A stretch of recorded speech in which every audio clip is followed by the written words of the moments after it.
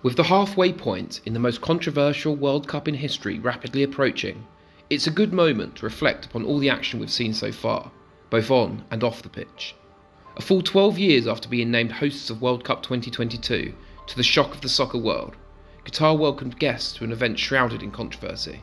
From a sporting basis, the fact Qatar had never qualified for a World Cup, had no internationally known players, and little to no international soccer heritage meant that for many, the decision to host the world's most prestigious soccer tournament there was already deeply flawed. The winner to organize the 2022 FIFA World Cup is Qatar. For others, the more pressing concern is with Qatar's record on gay rights. The country is ranked second on the LGBTQ+ danger index of most dangerous places in the world to be gay. Then there is the widespread oppression of women's rights and the death of hundreds of migrant workers while building the 7 brand new soccer stadiums needed to host the tournament's 64 matches. And all that's before you take the weather into consideration. With World Cups traditionally considered a summer event, the tournament is no stranger to high temperatures. But with Qatar one of the hottest places on the planet, the scorching heat was considered dangerous enough for the entire tournament to be rescheduled until Qatar's winter. This prompted chaos in soccer scheduling around the world, including the English Premier League, where an unprecedented month-long break was enacted. Even after being moved to winter, the temperatures were predicted to be so high that Qatar placed giant air conditioning units inside the stadiums and training areas to cool things down. The England national side were among the first to make the most of them. Back in 2014, even FIFA's controversial former chief, Sepp Blatter, admitted it was a mistake for Qatar to be hosting the World Cup. Problème fondamental, jouer des matchs par 50 degrés, est-ce qu'au début c'était pas une erreur? Mais bien sûr, mais écoutez... Vous dites que c'était une erreur, oui? Oui, enfin une erreur, une erreur. Vous savez, on commet beaucoup d'erreurs dans la vie. So it was against that backdrop that Qatar kicked off the tournament with opening celebrations including spectacular drone displays. And it wasn't long before current FIFA president Gianni Infantino created the tournament's first viral moment with a bizarre speech comparing himself to various marginalised groups because he had freckles growing up in Switzerland. While the first match of the tournament wasn't exactly a classic, Ecuador beat the host nation 2-0, the following day England beat Iran 6-2 and the USA drew 1-1 with Wales, with one particularly high-profile Team USA fan calling to offer his support. Coach, put me in, I'm ready to play. You guys, I know you're the underdogs, but I'll tell you what, man, you got some of the best players in the world on your team, and you're representing this country, and I know you're going to play your hearts out, so let's go shock them all.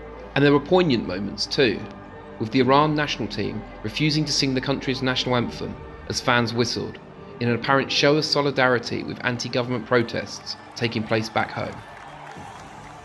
While tournament favourites Brazil looked a little sluggish against Serbia despite a 2-0 victory, the Brazilian fans certainly lived up to their long-held reputation as one of the World Cup's most entertaining supporter bases.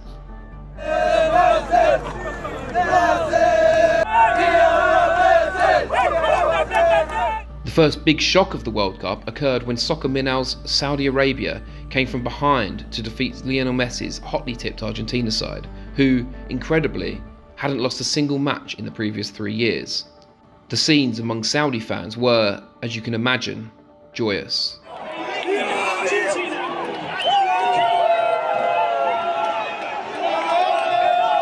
The following day, it was the turn of 4-time World Cup winners Germany to take an unexpected humbling, when an excellent Japan side beat them 2-1 after also coming from behind. And as they so often do, the Japanese fans stayed behind in the stadium long after the match to tidy up any mess they'd left behind.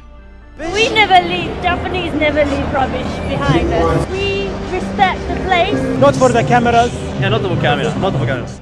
That was before the victorious Japanese players cleared their dressing room, leaving behind origami swans as gifts for staff working at the stadium. Germany's players staged a mini protest before the match, covering their mouths for the team photo in a moment of apparent criticism at FIFA's ban on players wearing rainbow armbands showing support for LGBT fans during the tournament.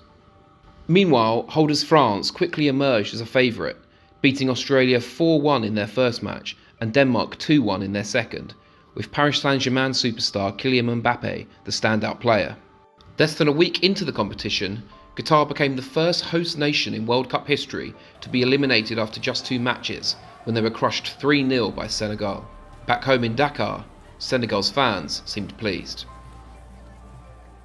Germany avoided an early elimination by drawing 1-1 with Spain, who'd previously obliterated Costa Rica 7-0, the most goals ever scored at a World Cup match. And Argentina resurrected their tournament with a win over Mexico in their second game. Not that it stopped the Mexican fans enjoying themselves. Elsewhere, Morocco's victory over Belgium led to celebrations in Marrakesh. Cameroon's 3-3 draw with Serbia saw jubilation in Buea, despite it not being enough to secure advancement in the competition. South Korea's passionate cheerleaders weren't put off by their team's goalless draw with Uruguay and a 3-2 loss to Ghana. Wales fans urged their team forward with some beautiful singing.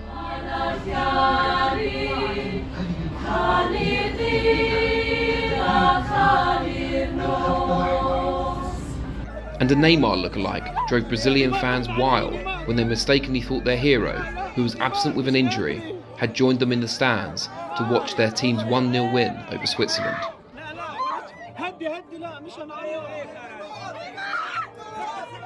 While the England vs USA game failed to live up to expectations, both sides advanced to the final stages of the competition with victories over Wales and Iran respectively. The scene in Los Angeles when Team USA got their match-winning goal spoke volumes about a side going from strength to strength with every major international tournament. The tournament's controversies returned to the headlines during Portugal's match against Uruguay at the Lusail Stadium. A man carrying a rainbow flag and wearing a t-shirt that said "Respect for Iranian women" on the back and "Save Ukraine" on the front ran onto the pitch, forcing play to be halted. While the man was tackled by security staff, the protest renewed debate in some quarters about whether the tournament should ever have been allowed to take place in Qatar.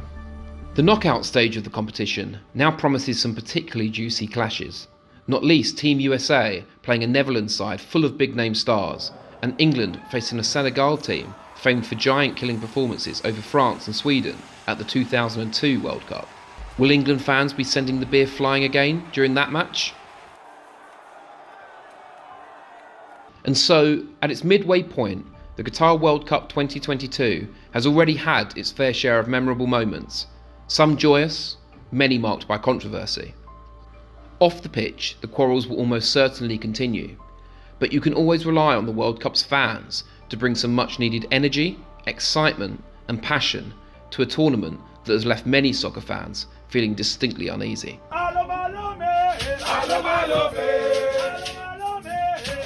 I love it.